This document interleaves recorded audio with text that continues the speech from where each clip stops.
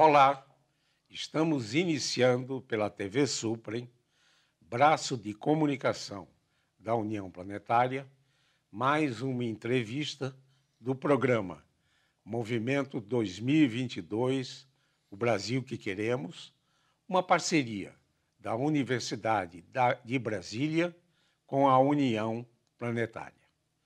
Hoje teremos a oportunidade de conversar com o professor Wellington Lourenço de Almeida.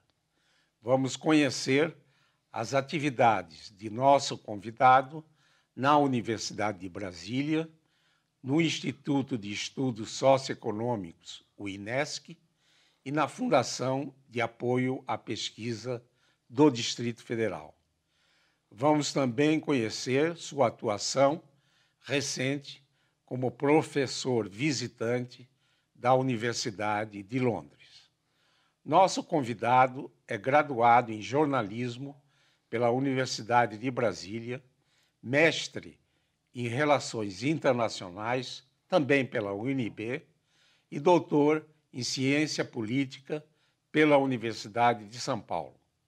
Sua área de atuação é nas ciências sociais, com ênfase em direitos humanos e pesquisas no desenvolvimento de tecnologias voltadas para o aperfeiçoamento dos processos de implementação e avaliação de políticas públicas na UNB.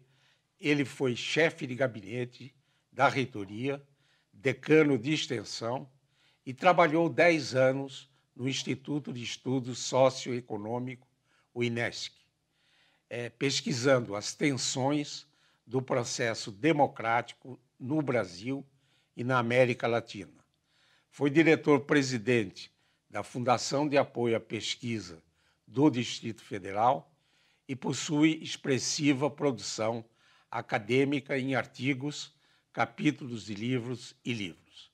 Muito obrigado, professor Wellington, por ter aceito ao nosso convite.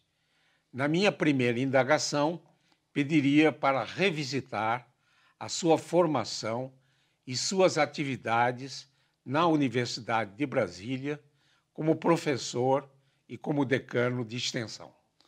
Muito obrigado, Isaac. É um prazer imenso participar dessa conversa e também parabenizar toda a iniciativa do movimento, porque traz um debate muito importante para o Brasil e pensa o nosso país, né, que é uma questão muito importante.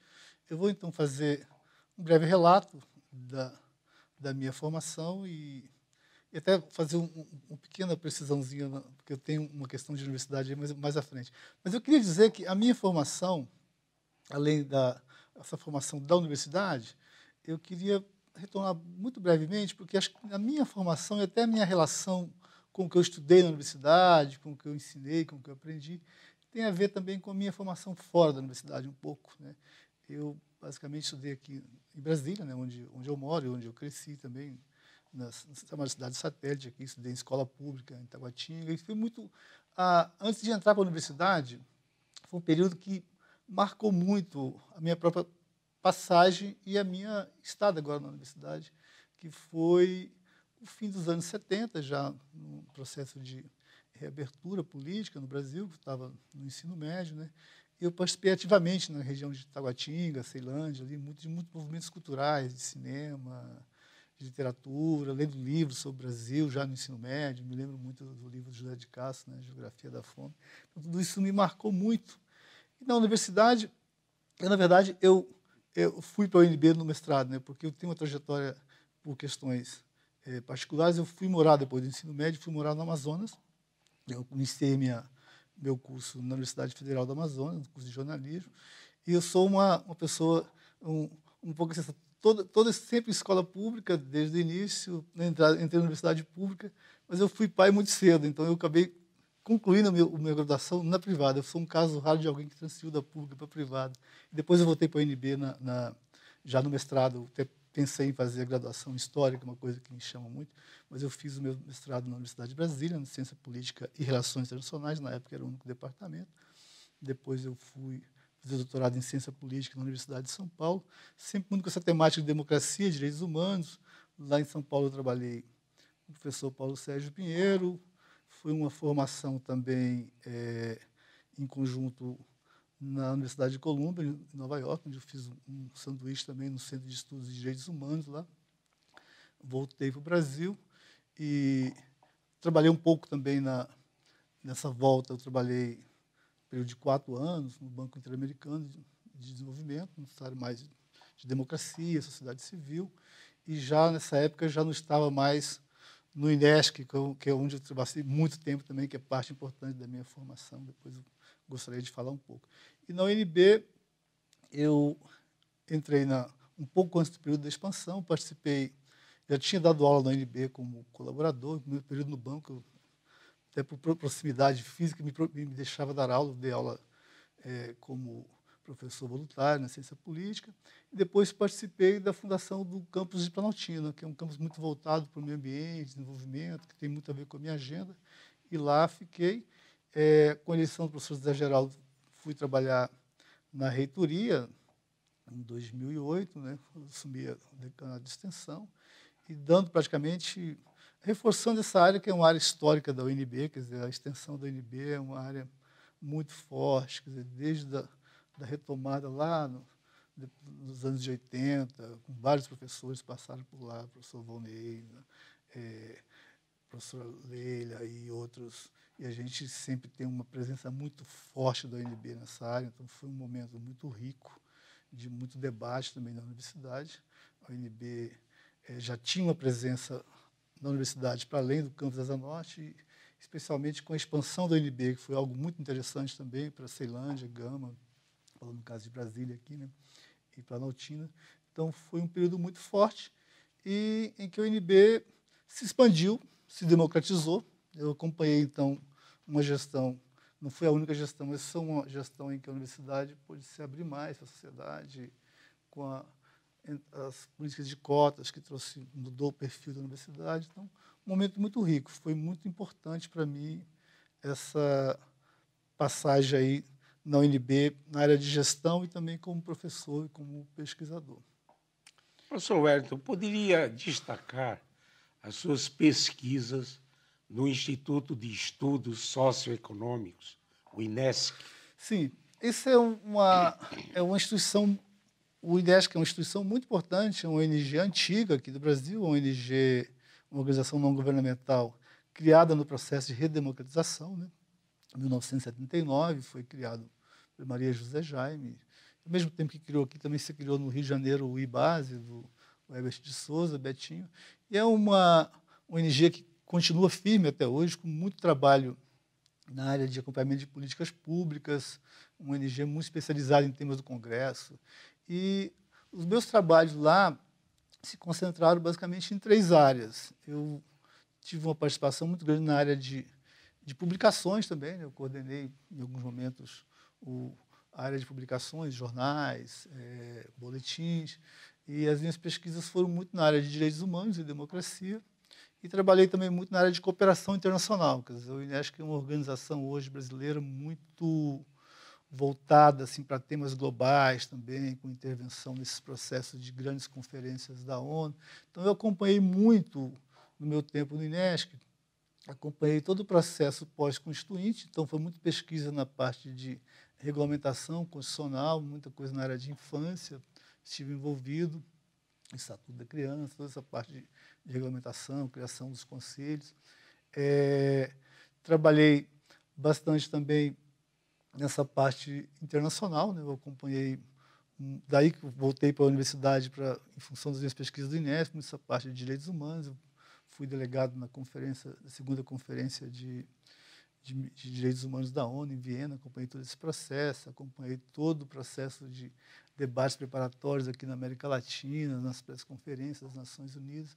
Então, muita produção sobre esse difícil processo de construção e tentativa de consolidação da democracia na América Latina depois das experiências de ditadura nos anos 70. Então, muito envolvido nessa parte. E, finalmente, eu participei já na minha fase final, lá no meu tempo de trabalho no INESC, eu fiquei 2 anos na direção. Foi quando a gente expandiu bastante essa parte também de monitoramento de orçamento público. Aí uma vertente importante que acaba impactando todas as áreas do INESC lá. Eu fiquei lá até sair para o doutorado, aí depois eu participo ainda, eu sou sócio do INESC, uma entidade viva, tem uma equipe fantástica lá hoje, trabalhando, mas eu poderia resumir que as minhas pesquisas lá se concentraram basicamente em 3 áreas, na parte de cooperação internacional, um pouco pensando nessas questões da globalização e as temáticas a respeito a direitos humanos. E, professor Wellington, poderia destacar ações importantes na sua gestão como diretor-presidente da Fundação de Apoio à Pesquisa do Distrito Federal e ressaltar a importância da pesquisa para o Brasil? Assim, acho que aí foi uma experiência mais recente, antes de eu sair para essa experiência na Inglaterra, e foi muito importante, porque, bom, o professor Isaac, que está me entrevistando aqui, ele está na origem de criação da Fundação de Apoio à Pesquisa, como uma pessoa fundamental na criação da FAP aqui no DF. Então. E acredito que eu aprendi muito ali na FAP, porque eu sendo uma pessoa da área de humanas e convivendo com o universo das fundações, basicamente a gente tem pouquíssimas, um processo de criação de agência nos estados para fortalecer as pesquisas no âmbito regional, local, que se inspira muito no modelo da FAPESP, né? E eu participei muito ativamente de um processo de retomada da FAP aqui no DF, na gestão aí durante o governo do Rodrigo Hollenberg. Acho que a gente conseguiu levar muitas ideias que surgiram na academia de tentar pensar questões locais, combinar o apoio à universidade com a ideia de pesquisa aplicada, que dialogue com os problemas reais também, no caso aqui de Brasília, na área de segurança, na área de direitos humanos, na área de mobilidade. Então, foram muitas atividades nessa área e uma participação num diálogo dentro do Conselho das FAPs, que é um ambiente institucional muito, muito interessante, que pensa os desafios da ciência e tecnologia no Brasil, que projeta para a sociedade uma coisa muito séria, porque sem esse sistema, que não está consolidado ainda, mas que é muito importante, que tem muitas conquistas em várias áreas do Brasil, para além das áreas mais consolidadas, no caso FAPESP, ou FAPEMIG, Minas Gerais, Santa Catarina, o nosso futuro está aí, quer dizer, o nosso futuro ou o nosso não futuro. Então, a gente não tem muita saída, e especialmente agora você tem uma corrida, quer dizer, na sociedade do conhecimento, sem esse sistema, a gente está muito ameaçado para o futuro. Então, foi uma contribuição que eu dei com muito gosto, aprendi muito, convivi com pessoas de muitas áreas, né, porque é muito plural a FAP, não só do ponto de vista da formação dos presidentes, das presidentes que estão nesse espaço, mas a própria diversidade política, porque as FAPs correspondem muito também ao sistema nos estados, mas é um ambiente muito consensual, independente da vinculação de cada governo, que as FAPs têm ainda não tem um grau de autonomia que seja desejável, mas um consenso sobre a importância estratégica de ciência, tecnologia e inovação para o nosso país. Nós vamos fazer, professor Wellington, um ligeiro intervalo e voltaremos já com essa interessante conversa. Até já!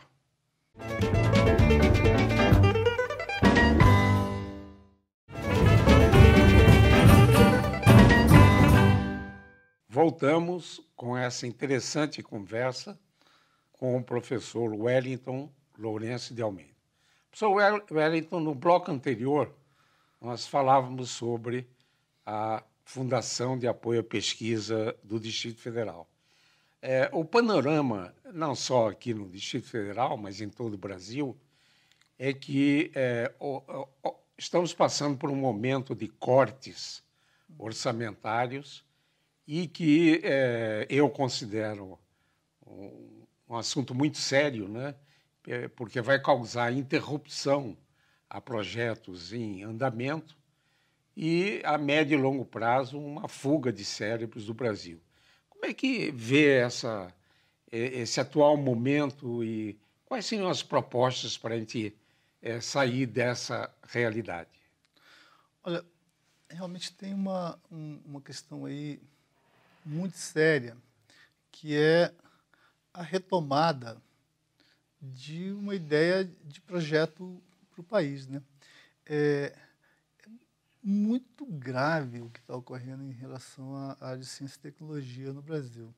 Eu acho que temos um histórico aí que demonstra, quer dizer, a necessidade de liderança. Quer dizer, a liderança política, estratégica é fundamental. Quer dizer, eu me lembro ali algumas coisas que eu estudei, até escrevi um artigo recente do ano passado, para a Escola Nacional de Administração Pública, tratando dessa relação entre ciência e tecnologia e os objetivos do milênio, né? As metas do Brasil, a Agenda 2030. Né? A gente precisa de ganhar na sociedade essa ideia de que a ciência e tecnologia é uma coisa importante. De certa maneira, é um setor que ainda está, do ponto de vista político, vivendo de maneira insular. Né? Não tem essa dimensão que tem outras áreas que preocupam bastante, como educação, como segurança, como saúde, justamente preocupa com muita justiça. Agora, a solução nessas áreas e outras passa por ciência e tecnologia. A gente vinha no processo, que é o processo de aproximação da universidade também com o setor privado, essa ideia de trabalhar sobre demandas, encomendas, induzir pesquisa no bom sentido, quer dizer, poder apoiar tanto a liberdade de pesquisa e de cátedra, que é fundamental para a cultura, para a ciência, que pode, da pesquisa mesmo, feita livremente, nasce questões interessantes, e é importante mesmo que não nasça, para um desafio nas políticas públicas. E não tem solução sem essa pesquisa.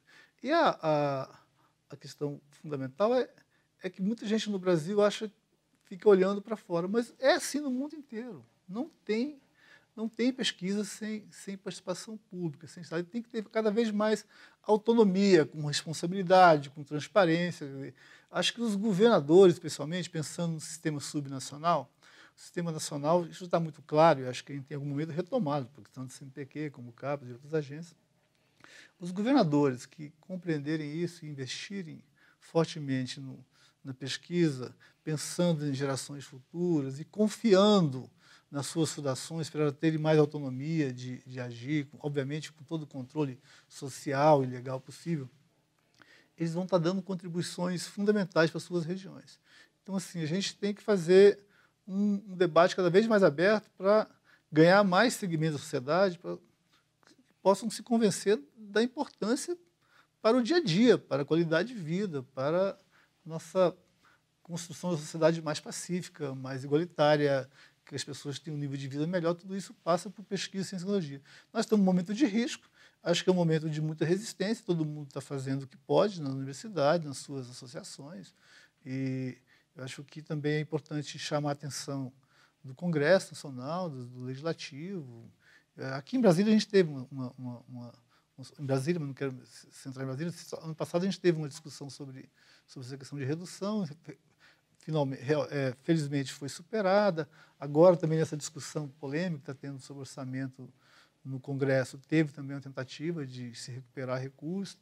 Então a gente tem que sair dessa situação, acho que é uma situação de não futuro para o país.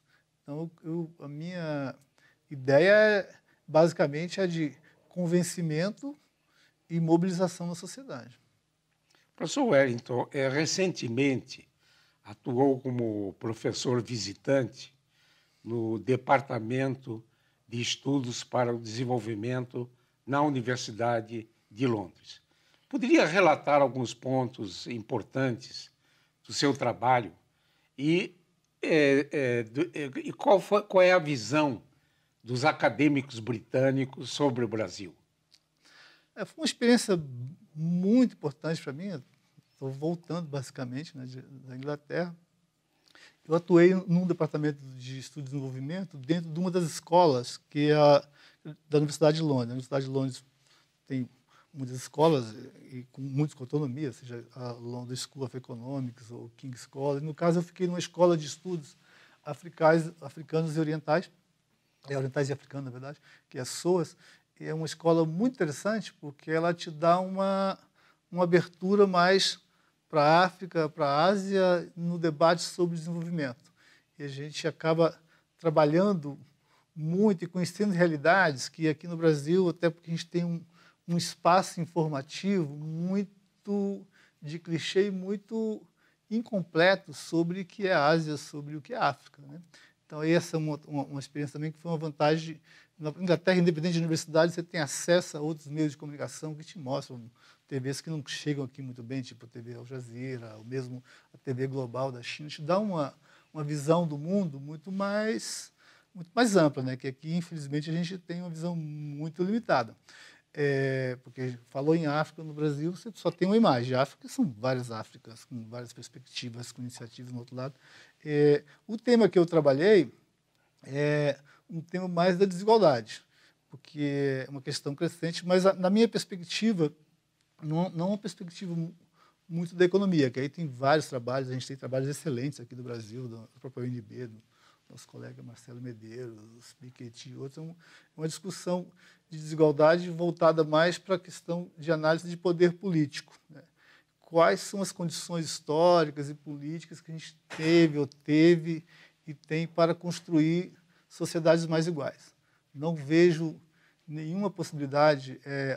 Eu vejo hoje que a gente tem uma tensão muito grande no mundo que, por um lado, é uma certa incompatibilidade de expansão da democracia com o padrão neoliberal de acumulação, né?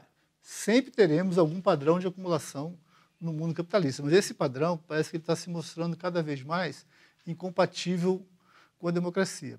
Por outro lado, nós temos um debate mundial, seja nos países ricos, seja nos países em desenvolvimento, nos países mais pobres, que é a sociedade, mesmo com todas as suas contradições, com limites de mídia, demanda cada vez mais igualdade.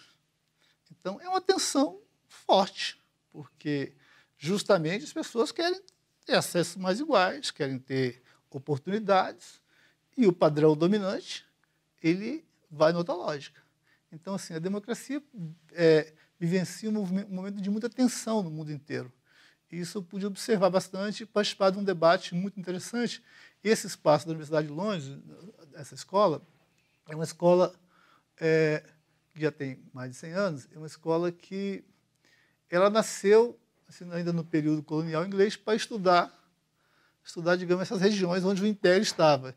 E, aos poucos, ela foi trazendo intelectuais dessas regiões e hoje, basicamente, é uma escola que a gente chama de um pensamento mais decolonial, quer dizer, ela está muito mais lá para estudar, para se estudar, né? Tem muita influência, muitos professores estrangeiros, tem professores brasileiros, tem professores do mundo inteiro, basicamente discutindo alternativas para essas regiões, que tem muito interessante porque você pode fazer análises comparativas com o Brasil, né? Então, foi uma experiência muito rica. A sua pergunta sobre como os professores ingleses veem o Brasil, a minha percepção, tem muito interesse pelo Brasil. Também, assim, nós temos muitos bons professores brasileiros atuando na própria Inglaterra, em várias áreas, na área de humanas, universidade grande, Londres, Universidade de Londres, Oxford, Cambridge, temos na área também de saúde, em todas as áreas temos brasileiro, porque a gente tem um sistema de pós-graduação bom no Brasil, que precisa ser preservado, né? Nosso colega aqui da UNB, Pedro Demo, sempre diz isso. A Universidade Brasileira entendeu como é que funciona, o que funciona, que é a pesquisa. A nossa graduação ainda ela tem um lado de uma inclusão maior nos últimos anos, mas ainda ela tem que dar um passo de fazer cada vez mais pesquisa. Isso é uma coisa que eu senti muito lá, foco mais em pesquisa desde a graduação, nem tanto sistema de aula, mais conteudista, né? Mas o interesse pelo Brasil é muito grande. O Brasil era visto como uma coisa muito promissora até poucos anos. Agora, hoje, um debate que está circulando muito na Inglaterra é sobre a própria ameaça à universidade pública brasileira. Quer dizer, porque não é só no Brasil, quer dizer, tem também na Turquia, o caso desde 2016, situação muito difícil da universidade, tem todo um movimento de apoio à liberdade de cátedra, e, então o Brasil entrou também nesse rol aí em função do contexto nosso que que é difícil na universidade pública. Eu percebo nosso debate lá. Outra questão que está muito forte hoje lá é a questão de questão climática, né? Quer dizer, a Inglaterra tinha saído um pouco dos debates, mas voltou muito fortemente na Inglaterra essa preocupação com emergência climática, discussão sobre adaptação. Então o Brasil continua sendo sempre um tema interessante, bem visto, e eles acompanham bastante o Brasil no dia a dia. Professor Wellington, o movimento 2022, o Brasil que queremos, ele pretende envolver os jovens na construção de caminhos para termos um Brasil melhor e mais justo. Nesse final de programa, poderia enviar uma mensagem aos jovens que nos assistem? Eu vou enviar minha mensagem assim, com muito carinho. Claro que, primeiramente, eu diria, tenho 2 pontos que eu gostaria de destacar, que eu acho que pode ser pontos para unir a juventude. Entendendo, obviamente, que a juventude, assim como tudo no Brasil, sobre qualquer sociedade desigual como a nossa, não há como falar de uma única juventude. Quer dizer, a gente tem situações muito... Eu gosto muito do conceito do sociólogo francês, do Pierre Bourdieu, que ele mostra, na verdade, você está no espaço relacional, né? Então, você tem juventudes diversas, com realidades diversas. A gente tem essa juventude na periferia, especialmente a juventude negra, que sofre um processo de violência muito grande no nosso país hoje. Mas acho que a gente pode pensar também, no sentido mais positivo, como você coloca, pensar pontos que possam unir a juventude, independente dessas particularidades que compõem o nosso cenário aqui. Um ponto é a democracia. A juventude, independente de posição política, de condição social, ela, muito sabe, obviamente, mas cada vez mais tem que reforçar uma mensagem como é importante defender a democracia. Nossa experiência democrática ela é muito pequena. Quer dizer, e não é só no Brasil, a democracia não é, digamos assim, um sistema corrente na maior parte do tempo nos países. Mas, pensando no Brasil, a gente teve uma experiência democrática forte, né, de 3 décadas, nas últimas décadas, com todos os seus problemas, muitas questões foram encaminhadas, políticas públicas universais, como o SUS, e universidade mais inclusiva. Então, defender essa democracia, viver na democracia é melhor. Quer dizer, eu vivi pouco, pela idade, na ditadura, mas eu consigo essa diferença muito grande. Viver na democracia é melhor. Então, esse é um ponto fundamental. Outro ponto é o que eu estava abordando, é da igualdade. Quer dizer, a igualdade, a gente tem que fugir dessas questões ideológicas mais preconceituosas e mesmo mantendo a posição de cada um. A igualdade, sociedades mais iguais, são sociedades que têm mais tranquilidade para resolver os seus problemas, né? Então, na igualdade, a gente tem várias questões conectadas, questões de justiça, de liberdade. Então, acreditar que seremos mais iguais, seremos mais democráticos, poderemos conviver melhor enquanto sociedade, conviver melhor com as futuras gerações, preservar valores, desenvolver e ter uma convivência democrática que nos trará mais felicidade, com certeza. É isso que eu tenho a dizer para os nossos jovens. Pela mensagem, professor Wellington. Muito obrigado por essa importante e interessante conversa. Agradeço a sua preciosa atenção e lembro que esse e outros programas podem ser acessados no canal YouTube da TV Suprem. Eu desejo a todos um futuro melhor e nos voltaremos a nos encontrar em uma próxima oportunidade. Até lá!